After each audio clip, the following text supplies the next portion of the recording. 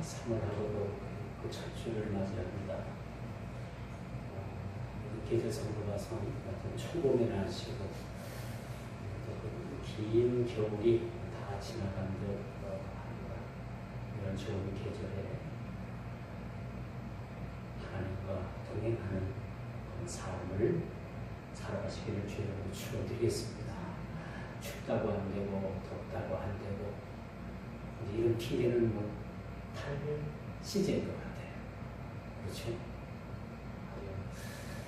봄이 짧지만 봄은 생동하는 계절입니다. 그리고 이것을 새롭게 다시 한번 시작할 수 있는 그런 계기를 하나님께서 주셨습니다. 어제는 제가 초긴장 속에서 시간들을 보냈습니다. 전 이럴 때 성도들이 많아야 되는데 많지 않아서 참 마음이 좀 씁쓸하기도 했지만 그래도 우리는 저는 죽는 것에 대해서 그렇게 큰 개념치는 않아요. 그런데 죽을 때 죽어서 우리가 하나님 앞에 어떤 모습으로 서야 될까? 사실 그게 두려운 거죠. 그래서 우리 인생은 아무도 모릅니다.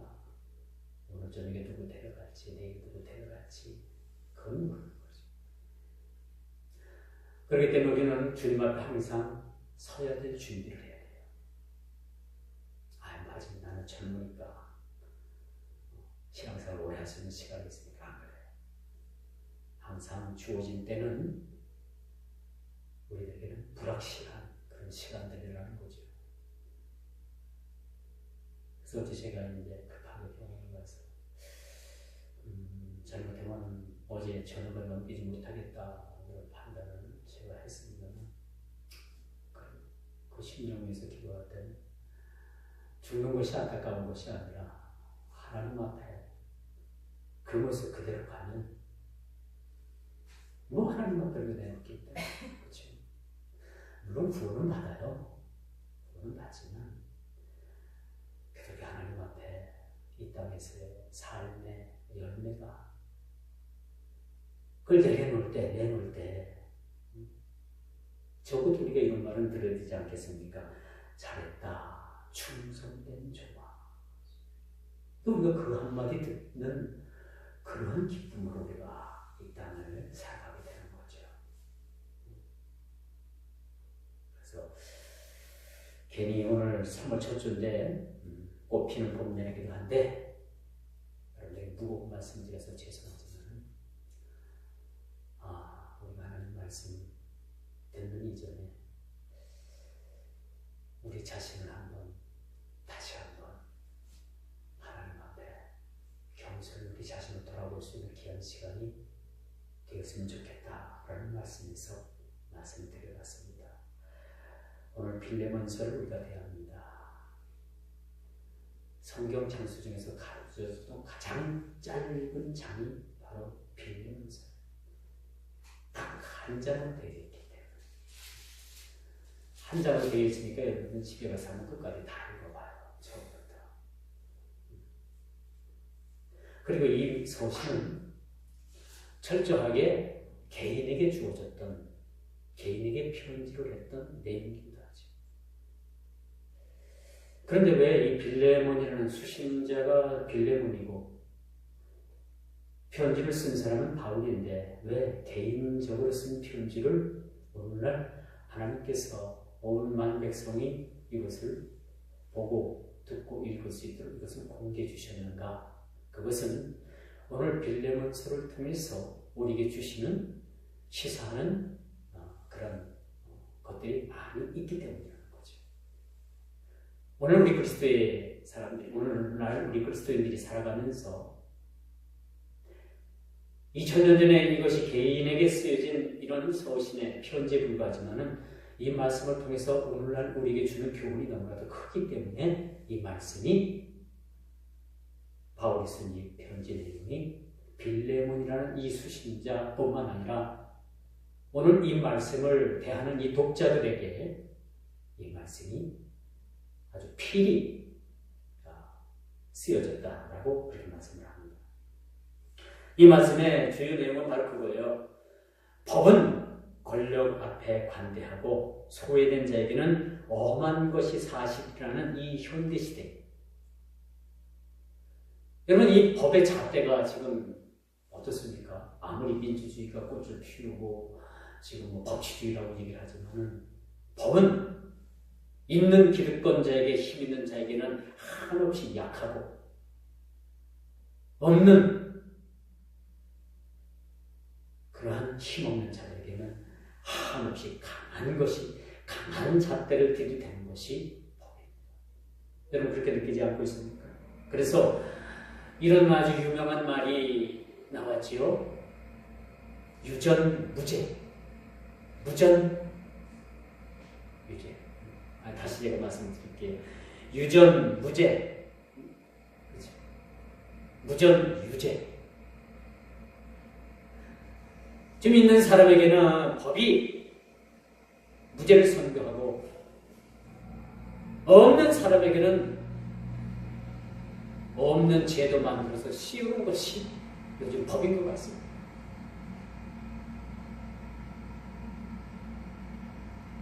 그러나 여러분, 여기 2000년 전의 노비에 대한 법은 맹목하리만큼 엄격했습니다. 오네시모가 여기 본문에 등장하는 오네시모라는 이 노비가 빌레몬이라는 그런 자기 상전의 재산을 훔쳐가지고 그냥 도망가도 잡히면 그 자리에서 죽습니다. 근데 더더구나 이 빌레몬이라는 자기 상전의 재산을 훔쳐서 다뤄놨다는 것은 이건 몇 번 죽어도 어디 가서 하소연을 할 수가 없습니다. 마땅히 죽을 죄를 지었다는 겁니다. 그래서 2000년 전에 이 노비에 대한 이 법은요, 맹목할 만큼 엄격했어요. 즉 노예가 주인 허락 없이 도망을 가면 죽음을 면치 못하는 그런 법이 그때 당시에는 존재했다라는 거죠. 발단은 골로새에 사는 빌레몬에게 그 빌레몬이라는 그 상전에게서 오네시모라는 그런 종이 노비가 자기 상전의 상당한 재물을 훔쳐가지고 도망을 가는 거예요. 이젠 잡히면 죽습니다. 근데 이 오네시모라는 이 노비가 어디로 도망을 가느냐 하면요, 바로 로마라는 곳으로 도망을 가게 됩니다. 이 오네시모가 그래도 좀 대포가 큰 사람 같아요. 보통 사람 같으면 아주 산골로 아무도 찾지 못하는 곳으로 그렇게 도망을 갈 수도 있는데 이 재산을 훔쳐가지고 로마라는 그런 대도시로 도망을 가게 되죠.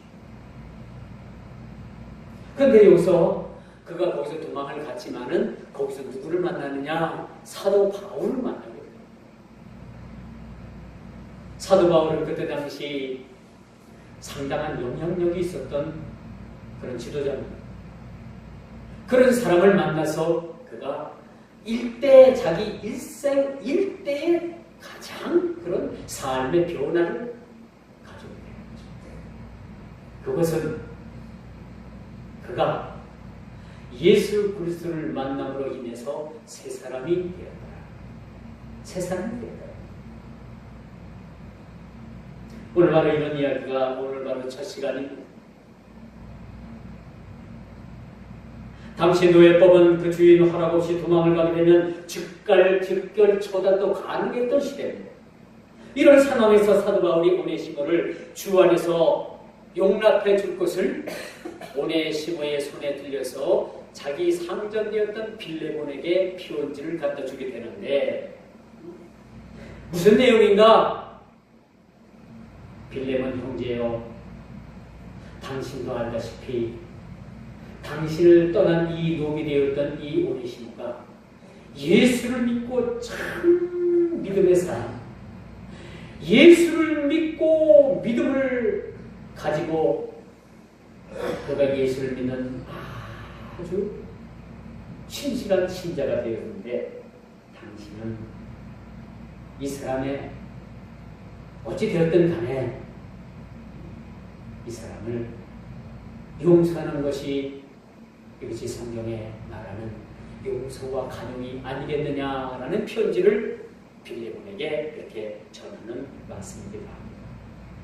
그리고 모든 법을 초월해서 그리스도의 계속의 사랑을 통한 호소를 하고 있다는 사실입니다. 그래서 여러분, 세상의 법보다는 교회의 법이 우선합니다. 세상의 법은 끊임없이 정죄하고 그 법에서 그 죄가 드러나는 그 심판을 벗어나지 못하잖아요. 그런데 이 그리스도께서 우리에게 주신 법은 뭡니까? 모든 것을 더하여서 그 위에 용서를 베풀어라.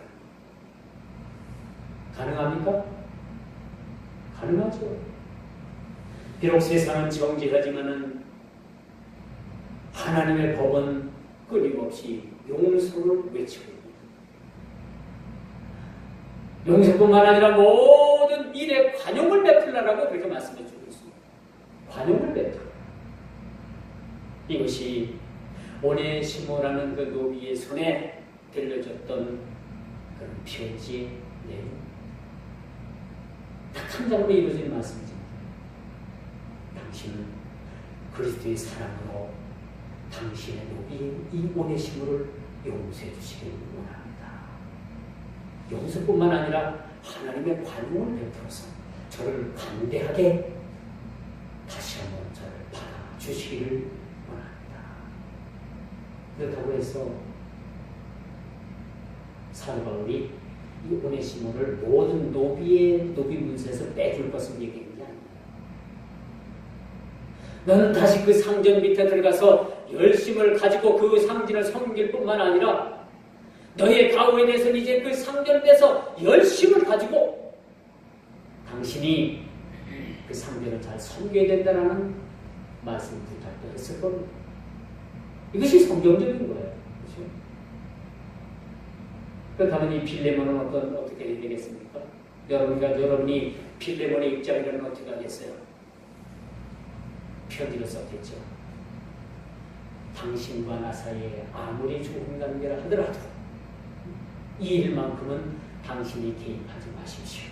이것은 엄연한 노비법에 의해서 이 일을 처리하겠습니다. 라고 사도 바울에게 이 편지를 보냈다는 이야기는 없습니다. 할렐루야. 이런 편지의 답장은 썼다는 이야기는 없습니다. 그런 걸 봐서는 여러분, 빌레몬이라는 이 사람이, 믿음을 가진 이 사람이 오네시모를 자기의 노비로 받았을 뿐만 아니라 자기의 귀한 형제로, 그리스도 안에서 자기 형제로 받았다는 사실을 우리가 알게 됩니다. 그래서 우리가 그리스도 예수 안에서 모든 것을 다 용납할 수가 있습니다. 그리스도 예수 안에서는요, 모두가 다 합니다. 그리스도 예수 안에서는 용납하지 못할 일이 없고 용서하지 못할 일이 없고 간용을 베풀지 못할 일이 없다는 거죠. 여러분, 세상에 드라마나 영화 같은 걸 봐요. 복수극이 얼마나 많이 심각하게 벌어집니까? 그렇죠? 얼마나 그 큰 복수극이 벌어집니까? 제가 요즘 드라마 중에서도 다른 드라마 안 봐요. 본 것도 없어요. 근데 요즘 그 KBS 이 방송에서 주말에 8시에 시작하는 하나뿐인 내 편? 그걸 잘 보고 있어요. 그 주인공이 이제 여럿이 나옵니다만 그 최수종 씨에 대해서 그렇게 나옵니다만 참 영화가 그 네티즌들을 보니까 막 욕이 얼마나 욕을 많이 하는지 몰라요. 이런 막장 드라마다 왜 이런 걸 쓰느냐, 현실에 맞지도 않다. 얼마나 많은 비난을 하는지도 몰라요. 안 봐요, 여러분들? 그 내용 몰라요? 모르시는구나. 현실과 너무나도 많이 떨어진 그런 이야기들을 해서 작가가 많이 욕을 얻어먹고 있습니다. 바로 그거. 오늘 오네시모에게 닥친 것은 뭡니까? 이 편지를 가지고 자기 상전에게 가긴 가지만은 그거 얼마나 두려운 마음이 있었겠어요? 까딱 잘못하면 이 빌레몬이라는 자기 상전이 자기를 용서하지 않아서 자기를 만나는 즉시 포박을 해서 목을 쳐도 오네시모는 뭐라고 누구에게 항변할 수 없는 그런 상황이라는 사실을 우리가 보게 되고, 그러므로 사도 바울이 빌레몬에게 아주 특별히 개인적인 편지를 쓴 거예요. 이 사람을 용납해라. 이 사람이 예수를 믿고 새 사람이 됐다. 이 사람을 당신에게 보내니까 이 사람을 잘 받아 용납하고 누구처럼 대하라? 형제처럼 대하라라고 그래요. 형제처럼 대하라고 합니다. 오늘 본문에 보니까 그 주인 빌레몬에게 상당한 재산의 손해까지 끼쳤던 사람이에요. 여러분, 이 정도면 용서할 수 있겠습니까? 안 되죠. 우선 당장 내 집을 다 내놔라. 또 훔쳐간 거 다 내놔. 그것부터 시작했을 거예요. 그런데 사도 바울은 정중하게 부탁을 합니다. 이 사람 오네시모는 예수를 믿어서 새 사람이 됐어. 그러니까 가버린 모든 일들을 다 초법적으로 다 덮어주고 당신이 이 사람을 거두어주면 아니 되겠느냐라는 편지가 오늘 바로 본문에 났습니다. 이 1장을 가지고 제가 몇 번 설교할지는 모르겠어요. 은혜 되는 대로 10번이면 10번, 20번이면 20번 이 말씀을 가지고 여러분들에게 전하는데 그 첫 시간이 바로 이 시간이라는 사실입니다. 사실 사도 바울로서도 이렇게 부탁하는 것은 참 부탁하기가 쉽지 않았을 거예요. 그렇죠? 좋은 일에 서로 부탁하는 것은 서로 들어줄만 한데 이게 서로 곤란한 지경에 있는 일들을 그걸 청탁이라고 하죠. 청탁. 부탁과 청탁은 좀 틀리잖아요. 안 되지를 억지로 그냥 하는 것은 청탁이고, 그래도 가능한 일이라는 당신이 조금 손을 보더라도 참 일을 좀 해줬으면 좋겠다라는 것이 부탁입니다. 여러분, 청탁을 하지 마세요. 부탁을 하더라도 청탁은 거기에 매물이 끼어들어간다는 얘기죠. 그렇죠? 그럼 다 죽어지는 거예요. 사실 그 사도 바울이 어떤 그런 청탁을 하는 것은 아니죠. 부탁을 하는 거예요. 그것도 모자라서 빌레몬에게 그렇게 얘기를 합니다. 당신에게 끼친 손해의 그러한 재물은 내가 가서 다 갚아주겠다. 아니, 옥에 갇힌 사람이 뭔 재물이 있어가지고 갚아주겠다고 얘기를 하나. 근데 여기서 사도 바울이 마음을 먹게 됩니다. 거저 부탁을 하는 게 아니라는 얘기죠. 이 사람이 지은 죄까지 된 것은 용서해 줘야 되겠지만은 이 사람이 끼친 재물에 대해서는 내가 가서 어떻게든지 그 재물에 대해서 원상복구해 주겠다는 거야. 이쯤 되면 여러분, 빌레몬이라는 사람이 그 손해난 재물에 대해서 받으려고 하겠습니까? 아니요.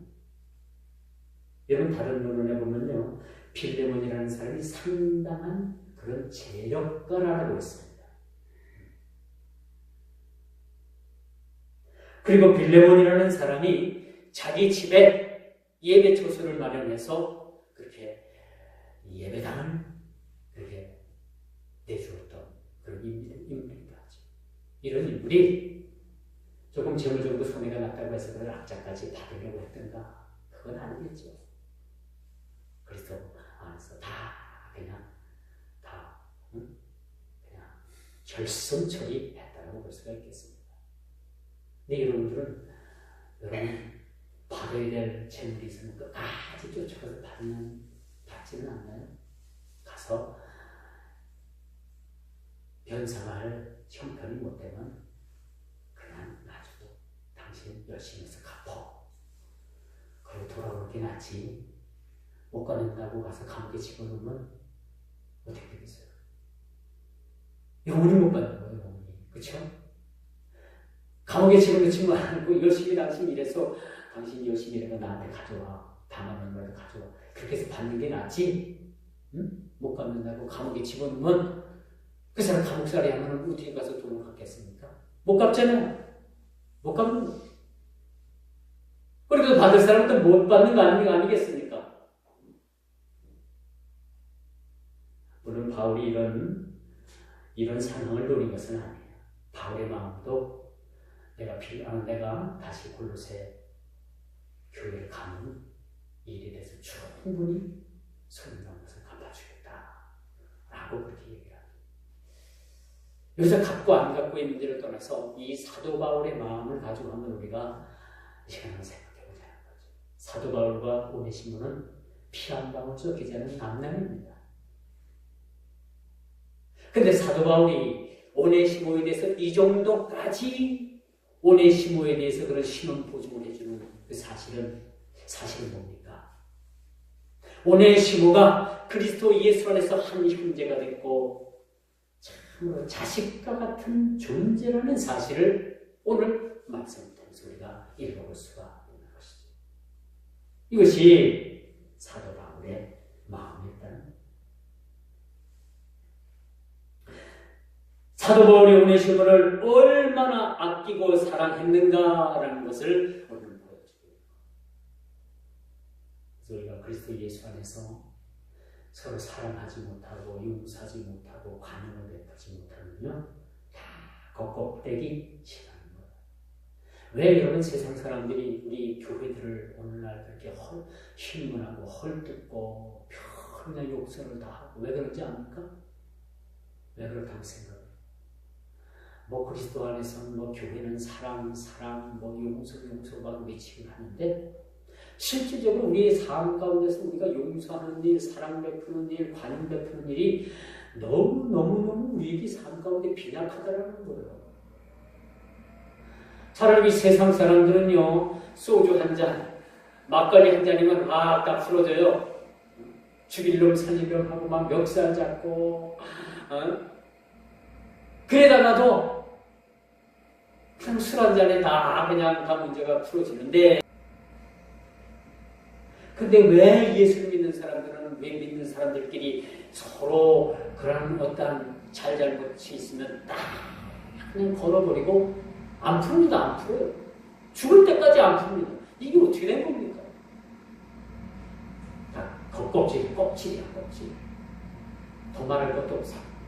모양은 다 좋지만은 가짜야. 어찌 보면 여러분 가짜가 더 화려합니다. 교회 안에서도 얼마든지 가짜가 있을 수 있어요. 목사도 가짜가 있을 수도 있고 우리 성도들도 가짜가 있을 수도 있다는 거.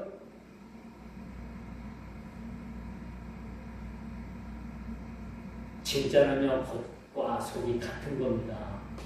겉이 검으면 속도 검든지 겉이 하얗면 속도 하얗든지 겉은 하얗게 포장됐는데 속은 온갖 검은 것으로 가득하다면 이건 가증한 겁니다. 이중인격입니다. 예수님을 조롱하는 겁니다. 그런데 왜 예수 믿는 사람들은 이렇게 서로 잘잘못을 하는 용서하지 못하고 간용을 베풀지 모릅니다.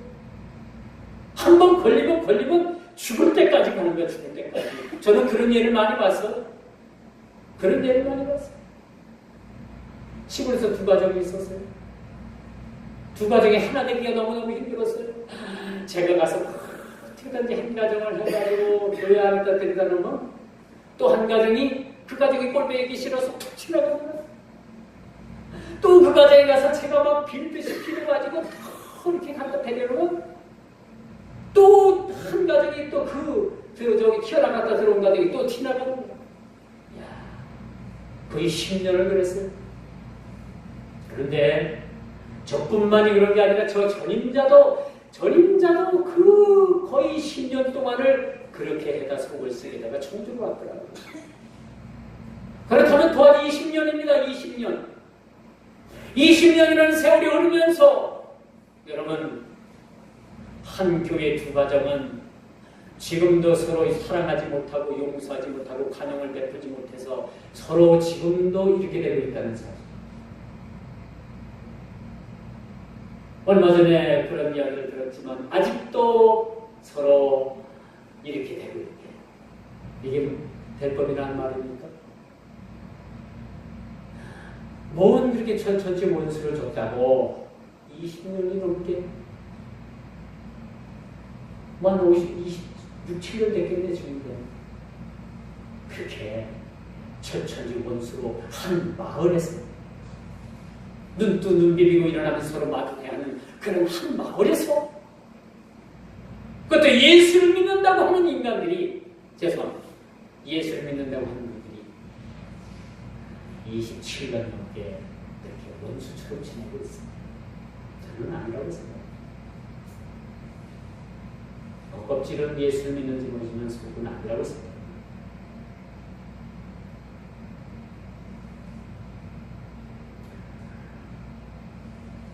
오늘 빌레몬서의 이야기가 바로 그런 얘기입니다. 용서하라는 얘기입니다.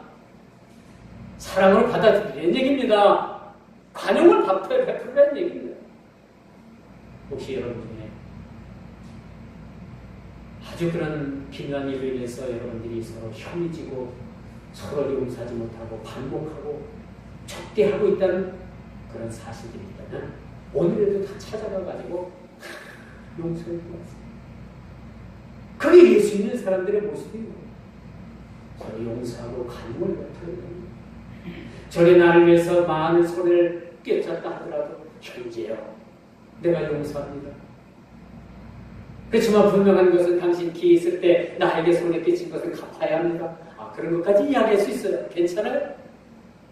더 여러분들이 관용적인 마음을 가졌더라면 당신은 그거 안 갚아도 돼. 세월이 오래 지냈으니까 괜찮아. 안 갚아도 돼. 그 일 가지고 나한테 미안해하지 마라. 그렇게 여러분들이 가서 관용을 베풀면 그 관용을 받는 사람은 그 머리에 뭘 잊히고 있는지 압니까? 그냥 그 뜨거운 숯구덩이 숯아닙니까? 숯불을 머리 위에 치게 되는 거예요. 숯불을 머리 위에 이게 되는 거예요. 여러분들이 사랑하고 관용을 베풀고 용서를 베풀면 용서받은 사람의 머리 위에는 뭐가 얹어지느냐? 숯불이 올려지게 되는 거예요. 항상 숯불을 지고 살게 되는 거예요. 그 사람에 대해서 조심해야 돼요. 항상 그 은혜를 잊지 않게 되는 거예요. 그런데 우리 사람의 심리가요, 은혜를 받았으면 그 은혜는 물에 새긴다고요? 흘러가는 물에 새기고, 나에게 조금이라도 손해를 끼치고 나의 마음을 언짢게 했던 원수 같은 사람은 어디에 새기냐면 돌에 새깁니다. 돌에 딱 새겨놓고 이 돌이 깨어져 없어질 때까지 그것을 기억하고 원수같이 지낸다. 이 수많은 대다수의 사람들이 다 그런 삶을 살아갑니다. 제발 그러지 말아요. 우리 주님께서도 그렇게 말씀하시잖아요. 내 원수를 사랑하라. 아니, 어떻게 사랑합니까? 원수를 내가 어떻게 사랑합니까? 그렇지만 주님 그 원수를 사랑하라고 했으니까 원수를 내가 사랑하겠습니다. 그런 마음을 가지고 살아야 됩니다. 우리 기독교 아주 유명한 원수 사랑을 몸소 실천했던 손양원 목사님을 여러분 알아요. 이 손양원 목사님은 당시 그 공산당에 의해서 두 아들을 잃었습니다. 그런 아픔이 있었지만은 그 자기 자식을 죽인 그 사람을 데려다가 자기 양아들로 삼습니다. 이게 쉬운 일일까요? 네, 손양원 목사님은 그 사람을 데려다가 자기 아들로 잘 키웠습니다. 그리고 그 아들이 자식을 낳아서 그 아들이 신학교를 가서 목사가 됐습니다. 그런데 여러분, 얼마나 참 감사한 일이에요. 그런데 세상 사람들은 그걸 두고 못 보는, 기독교인 가운데서도 손양원 목사 아들을 죽인 그 원수의 그 사람의 아들이라고 수근수근대기십니다. 그래가지고 이 아들이 목회하다가 목회를 접고 그냥 어디로 숨어버렸습니다. 이렇다니까. 심지어 교회 안에서도 심지어는 정죄하는 일에 얼마나 발빠른지 몰라요. 우리는 용서하고 사랑하고 간용을 베풀기보다는 한 사람을 정죄하는 일에 얼마나 우리 발이 빠르고 얼마나 우리 입이 빠른지 모르는데, 우리 스스로가 정죄하면 주님께서도 우리를 정죄하고, 우리 스스로가 용서하지 못하면 주님께서도 우리를 용서하지 못합니다. 이게 성경에서 말하는 용서와 간용의 법칙이라는 사실. 오늘 우리가 빌레몬서를 보면서 이 서신이 개인적인 서신이긴 하지만은 개인주의가 팽배한 세대에 이 서신서가 얼마나 우리들에게 어필될지 우리는 알 수는 없지만, 이 개인적으로 부탁한 이 말씀이 오늘날 이 개인주의, 독선주의, 간용을 베풀지 않는 일은 이 시대에 우리 그리스도인들이 먼저 하나님의 간용을 베풀고 하나님의 사랑을 베풀고 그리스도의 용서를 우리에게 베풀라는 의미에서 이 말씀이 쓰여졌다는 사실들을 우리는 기억을 해야 될 것입니다. 이 시대는 무관용의 원칙이 훨씬 더 커 보입니다. 마음 한쪽과 훔친 죄로 인해서 감옥을 가는 사람들이 비일비재합니다. 다른 서신서와 달리 개인에게 전달된 이 편지 형식은 개인에게 국한된 말씀이라고 말씀하기에는 본문이 시사하는 바가 너무나도 크기에, 그 주는 교훈이 너무나도 되게 크기에 이 말씀을 오늘을 사는 우리에게 읽을 수 있도록 하나님께서 배려해 주셨다는 사실 믿으시기 바랍니다. 그러므로 사랑하는 우리 성도 여러분, 여러분들은 하나님께서 여러분 모두를 모든 죄악을 용서해 주신 것처럼 여러분들도 여러분들에게 지은 죄인들을 용서해 주는데 주저하지 않기를 주의 이름으로 축원드리겠습니다. 이것이 오늘 성경이 이야기하는 거예요. 여러분들은 주님으로부터 용서를 받았습니다. 그런데 여러분, 세상이 여러분들에게 죄 지은 것들 자체를 여러분 스스로가 그 용서에서 멀어진다라면, 용서의 마음의 문을 닫았다라면 이건 주님 앞에 책망받을 일이라는 사실들을 여러분들이 기억을 해야 되는 겁니다. 이제 바울이 친필로 본서를 기록했음을 언급하면서 이 친필의 문서를 오네시모의 손에 들려서 그 상전인 빌레몬에게 그렇게 전달되고 있다는 사실을 보게 됩니다. 그런데 사실 이 편지를 쓸 당시 사도 바울은 어떤 몸이었냐? 옥에 갇혔던 몸입니다. 이 편지가 달랑 한 장이지만은 이 편지가 옥중에서 쓴 편지예요. 옥에서. 자기도 옥의 생활을 하면서 얼마나 고통스러웠습니까? 그런데도 불구하고 사랑하는 그 형제 오네시모를 생각하면서 옥생을 하면서도 이런 편지를 썼다는 것이 얼마나 사도 바울이 헌신적인 삶을 살았는가라는 것을 우리에게 보여주고 있습니다. 그래서 신약 성경에 바울이 옥중에서 쓴 서신서가 4개가 있는데, 에베소서, 빌립보서, 골로새서, 빌레몬서, 4가지 서신이 바울이 옥중에서 쓴 편지입니다. 우리가 지난주까지만 해도 골로새서를 마쳤습니다만, 골로새서 역시 바울이 옥중에서 골로새 교회 성도들에게 쓴 편지입니다. 오늘날 사도 바울이 옥중에서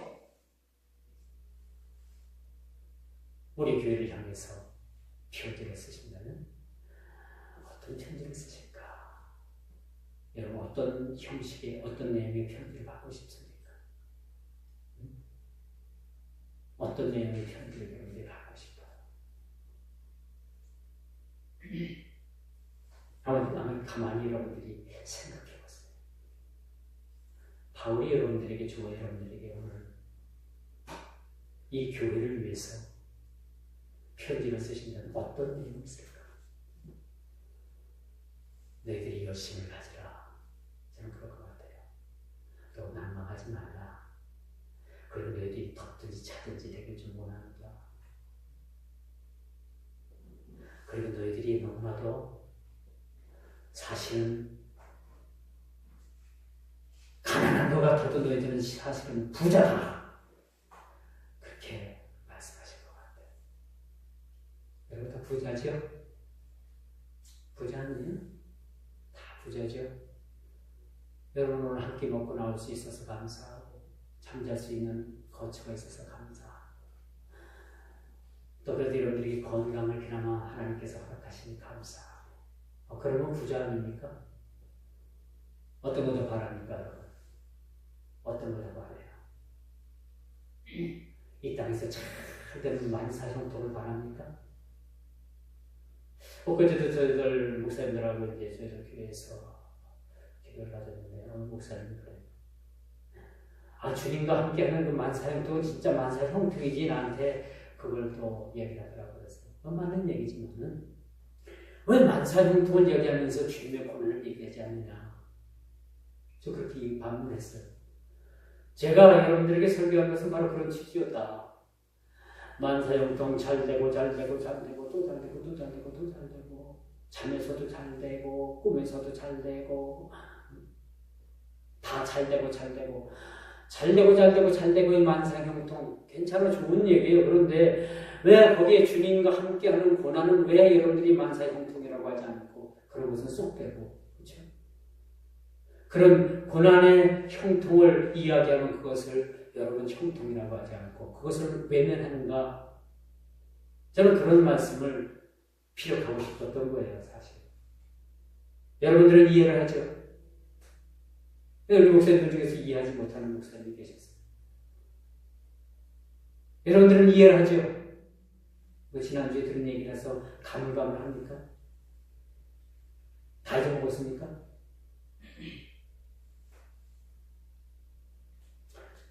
그런데 여러분, 바울이 이처럼 옥중에서 빌레몬이라는 사람에게 그렇게 오네시모에 대해서 그렇게 부탁할 만도 하더라고요. 사도행전 19장 9절에서 10절에 보니까 이 빌레몬이라는 사람이 바울이 두란노라는 곳에서 에베소의 두란노 성문에서 말씀을 전할 때 거기서 바울이 말씀을 듣고 회심한 사람. 그리고 빌레몬의 신앙이 얼마나 돈독했는지 바울이 이 편지를 써서 보낼 만큼 빌레몬에 대해서도 믿음을 주게 됩니다. 우리가 누구로부터 믿음의 신뢰를 받는다는 것은 참 중요합니다. 그렇죠? 사람과 사람 가운데서도 서로 신뢰하고 서로 믿음을 주고하는 서로 마음이 트게 됩니다.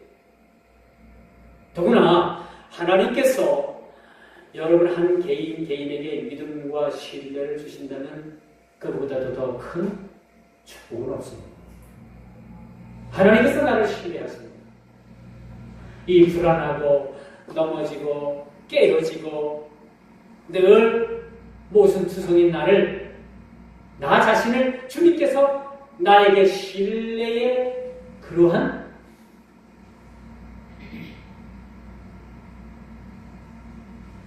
표시를 나에게 해주신다. 인정해 주신다. 내가 너를 사랑해라는 신호를 나에게 주신다라는 우리 이보다도 더 감사한 일이 어디 있겠습니까? 근데 여러분 놀라지 마십시오. 여러분 한 개인을 오늘도 우리 주님께서는 여러분들은 내가 너희를 사랑한단다라는 그런 텔레파시를 그런 주파수를 끊임없이 여러 브랜드에게 날리고 있다는 사실. 믿으십니까? 믿으십니까? 말씀도 없네. 확신을 못 갖는 거예요? 빌레몬이라는 사람은요, 이렇게 회심을 하고 예수를 믿고 자신의 집에 예수의 처소를 제공할 정도로 부유했던 사람이 그렇게 믿음이 있었던 사람입니다.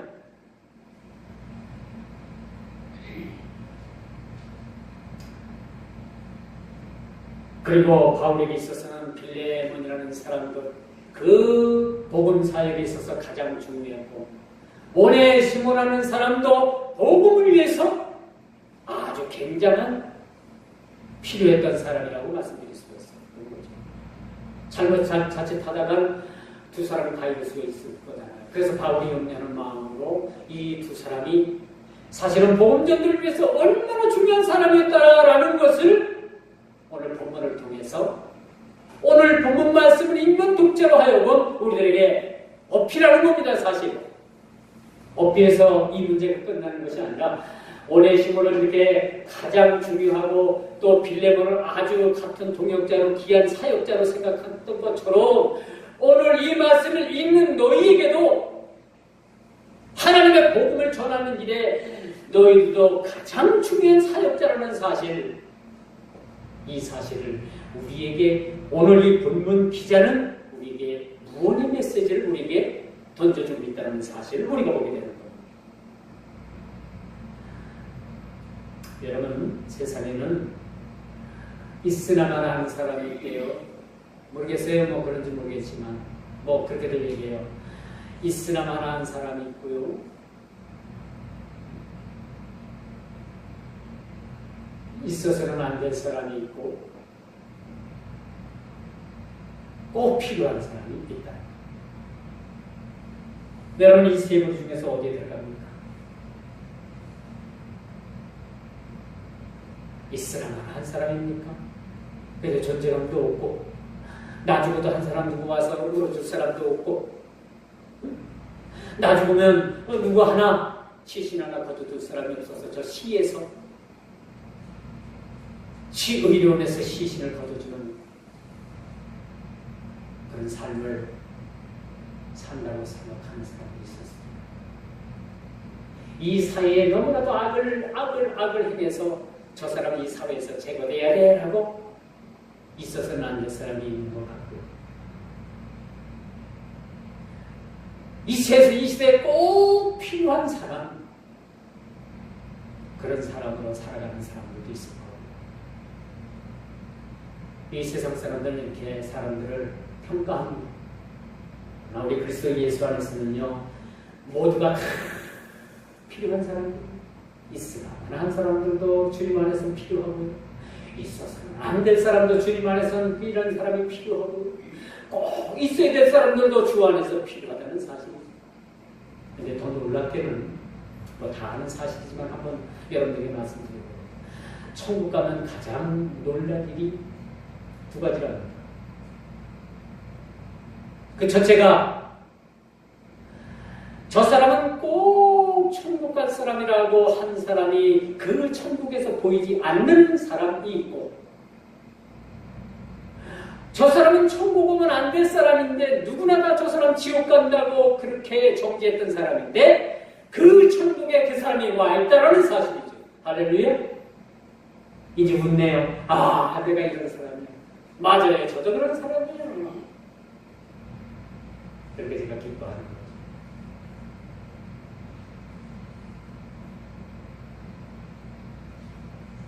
그리스도 예수 안에서는요, 필요 없는 사람입니다. 귀한 존재들입니다. 오네시모뿐만 아니라 빌레몬뿐만 아니라 모든 사람이 그리스도 예수 안에서 다 귀한 사람들이고, 다 구원받고 다 하나님의 자녀가 되는 것이 하나님의 뜻이라는 사실입니다.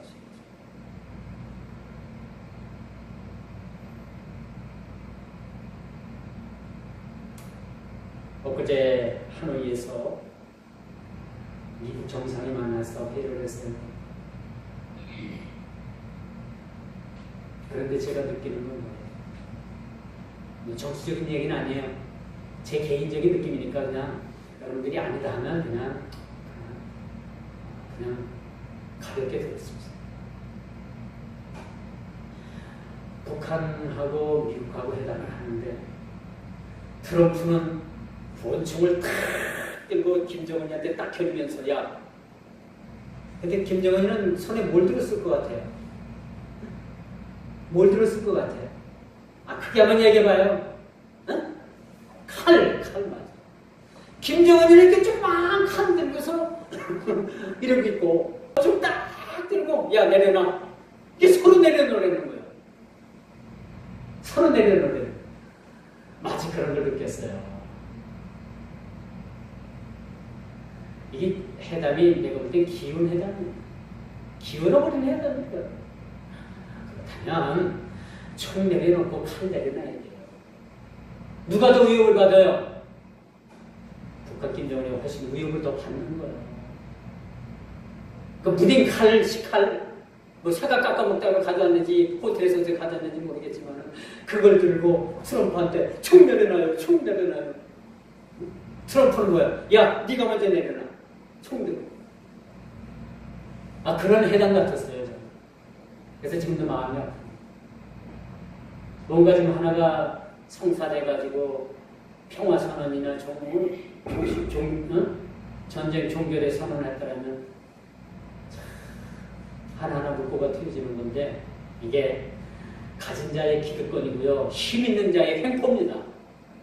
뭐 이 얘기에다가 제가 잡혀가는지 모르겠지만 제 느낌은 그랬어요. 제 느낌. 나는 먼저 권총 든 사람이 그래 이들 먹고 살기 힘들지 이만큼 하면 이거 우리가 다 밀어줄 수 있어. 오늘 내 60시간을 걸려가지고 3일 걸려서 여기 달려왔는데 내가 너한테 선물 줄게. 내려놔. 다른 분 내려놔도 내려놓으면 이거 하고 나하고 우리 하고 딜하자. 그렇게 해서 돌려보내는 게 원칙 아닙니까? 원수를 사랑하라고 그러죠. 물론 북한에서 잘못된 거 많아요. 근데 원수 사랑하라고 했잖아요.